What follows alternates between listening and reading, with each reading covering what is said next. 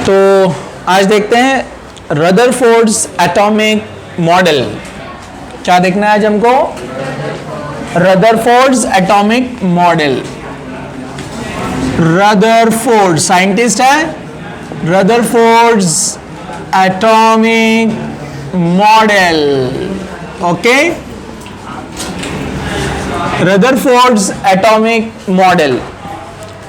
तो पहला Thompson model आया, उसको हमने देखा, तो उसमें कुछ ड्रॉबैक्स थे। No systematic explanation about atom. Okay, अब उसके बाद जो नेक्स्ट मॉडल आया वो था रदरफोर्ड और उसके दो स्टूडेंट्स। ये दोनों ने जो है इसके ऊपर, ये तीनों ने जो है वर्क किया। इसको रदरफोर्ड एक्सपेरिमेंट कहते हैं। तो रदरफोर्ड एक्सपेरिमेंट क्या था? रदरफोर्ड एक्सपेरिमेंट ये क्या चीज थी, ये हम पहले देखते हैं यहां पर।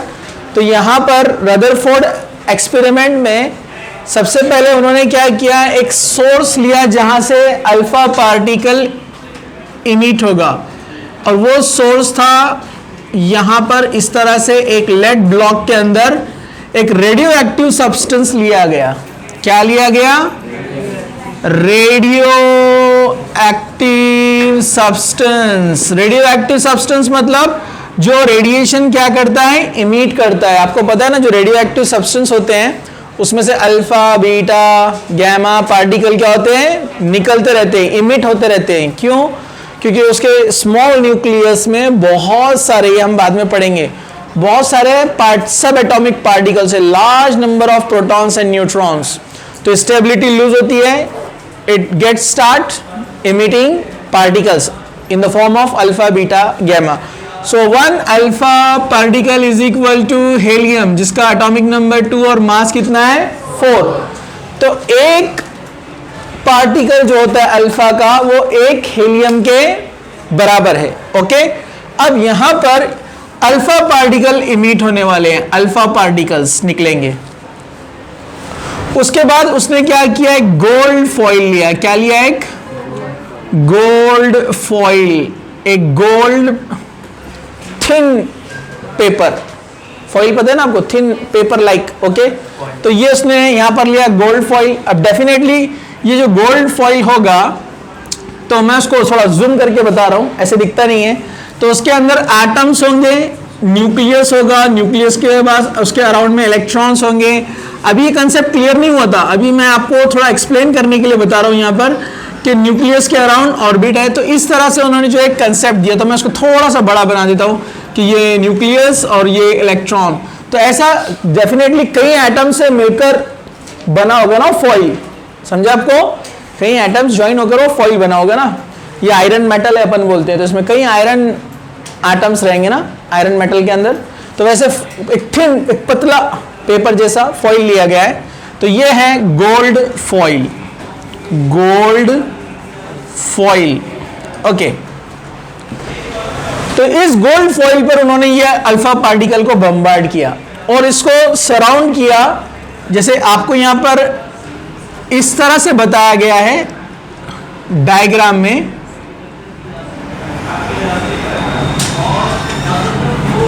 डायग्राम में ऐसे दिख रहा है वो, लेकिन एक्चुअली ये ऑल ओवर दी साइड, सब तरफ से ये घेरा हुआ था।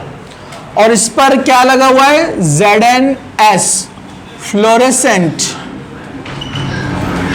फ्लोरेसेंट ZnS यहां पर जो है लेयर उस पर लगाया हुआ है। ठीक है, तो उन्होंने क्या ऑब्जर्व किया है, most of the particle strikes, most of the particle strike on straight. Okay, direct सामने जो है स्ट्राइक करता है ये, अपोजिट टू दी सोर्स। जो सोर्स है उसके एकदम अपोजिट साइड में। Most of the particle passes through the foil. Maximum जो पार्टिकल्स है वो पास कहां से हो गए, फॉइल में से। कैसे पता चला? ये जब स्ट्राइक करेगा ZnS को, तो यहां ग्लो होगा ना, चमकेगा ना, समझा आपको? तो यहां पर रोशनी ज्यादा मिली, ग्लो ज्यादा मिला। ठीक है, and few particles deflect through the angle of more than 90 angle, and some deflects less than 90 degree angle. समझा आपको? ये इसका ऑब्जर्वेशन है जो हुआ है। And very few come back in 180 degree, बहुत कम।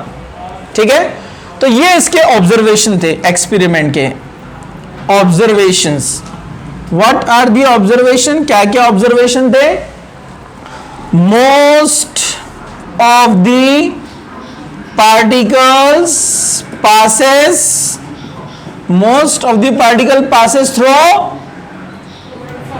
through the foil, gold foil में से मैक्सिमम पास हो गए।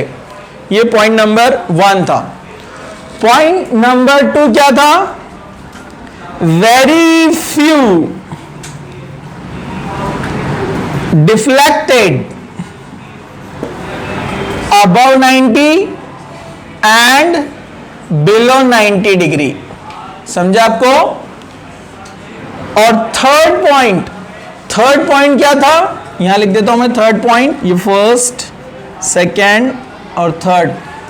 1 आउट ऑफ 20,000 डिफ्लेक्ट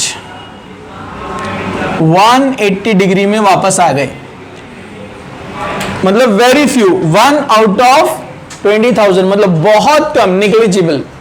ओके, तो ये सारे जो है ऑब्जर्वेशन से उसको क्या कंक्लूजन मिला? रदरफोर्ड ने क्या कंक्लूजन दिया?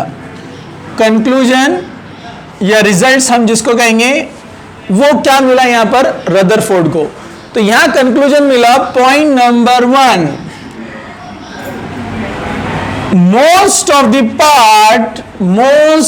the part of atom is empty, hollow। ठीक है, most of the part of atom is empty। अभी ये डिस्कवरी नहीं हुआ है, लेकिन मैं शॉर्ट में आपको बता रहा हूं ऐसे कि ये एटम है एंड न्यूक्लियस इनसाइड। समझे आपको? तो मोस्ट ऑफ द पार्ट क्या हो जाएगा? खाली है ना, इसी में से तो अल्फा पार्टिकल पास हो रहे हैं ना। समझे आपको? ठीक है, empty space, large empty space. Point number 2, nucleus carry positive charge. Nucleus पे कौन सा चार्ज है? Positive charge, having some positive particles. उसका कैसे पता चला? Because some strike at the edge and changes their angle above 90 and below 90। यहां पर ग्लो मिल रहा है। ओके, तो मतलब उसका कुछ सेंट्रल पार्ट है जिसपे पॉजिटिव चार्ज है, जिससे वो डिफ्लेक्ट हो रहे हैं।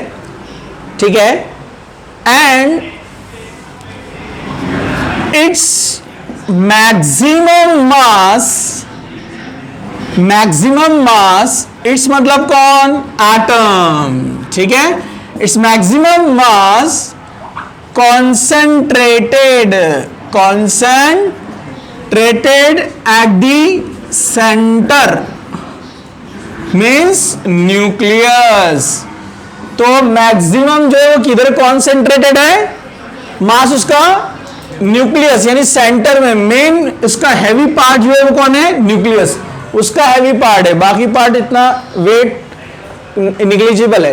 ओके, जो बताता है कि 180 में वापस आए कुछ particles because of the positive repulsion and dense part.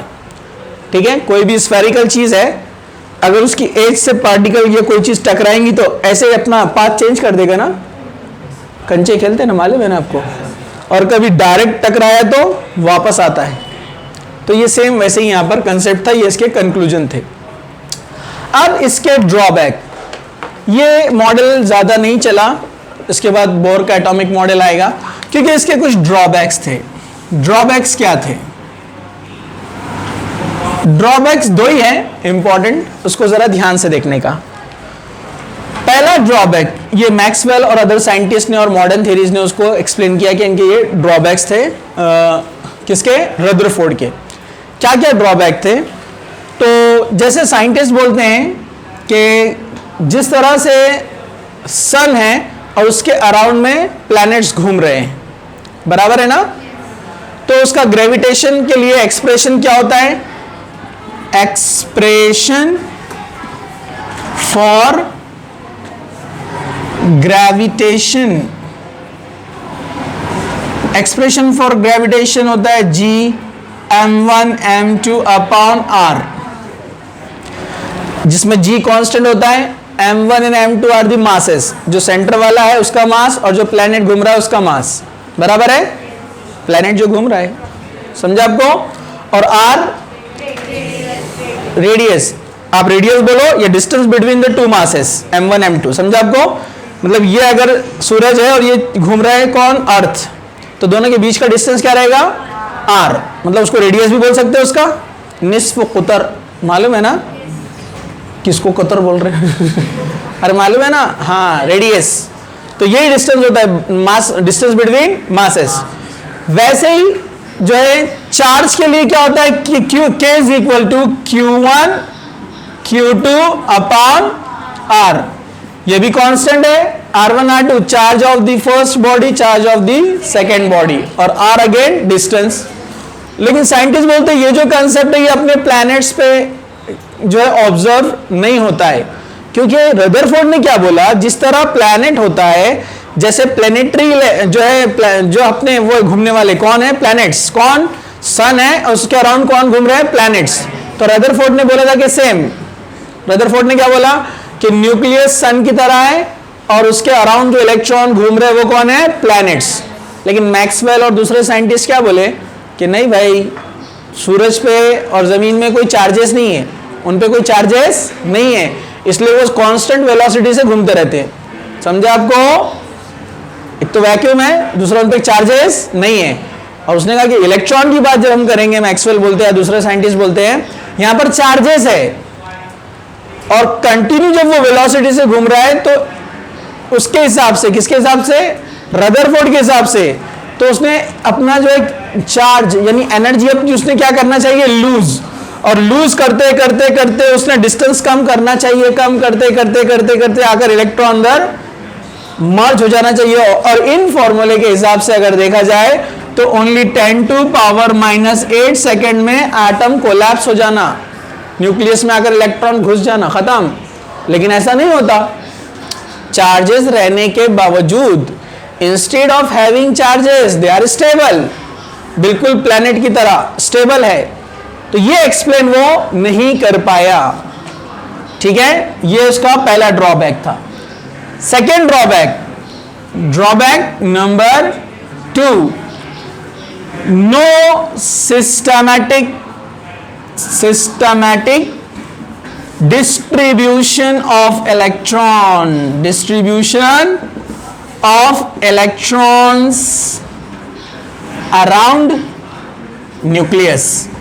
Nucleus के अराउंड में इलेक्ट्रॉन का डिस्ट्रीब्यूशन उसने नहीं बताया, जो अभी बोर बताएंगे अपने को, K शेल, L शेल, समझा क्या? अरे समझा? तो this is about Rutherford's model, ये इसका ड्रॉबैक, थोड़ा इसको आप रीड करेंगे एनसीईआरटी में, ओके? चलिए अब इसको आप यहां पर लिख लीजिए, ये सेट ठीक से नजर नहीं आया आपको, यहां पर बता देता हूं second point, second drawback, no systematic distribution of electrons around the nucleus, okay, right?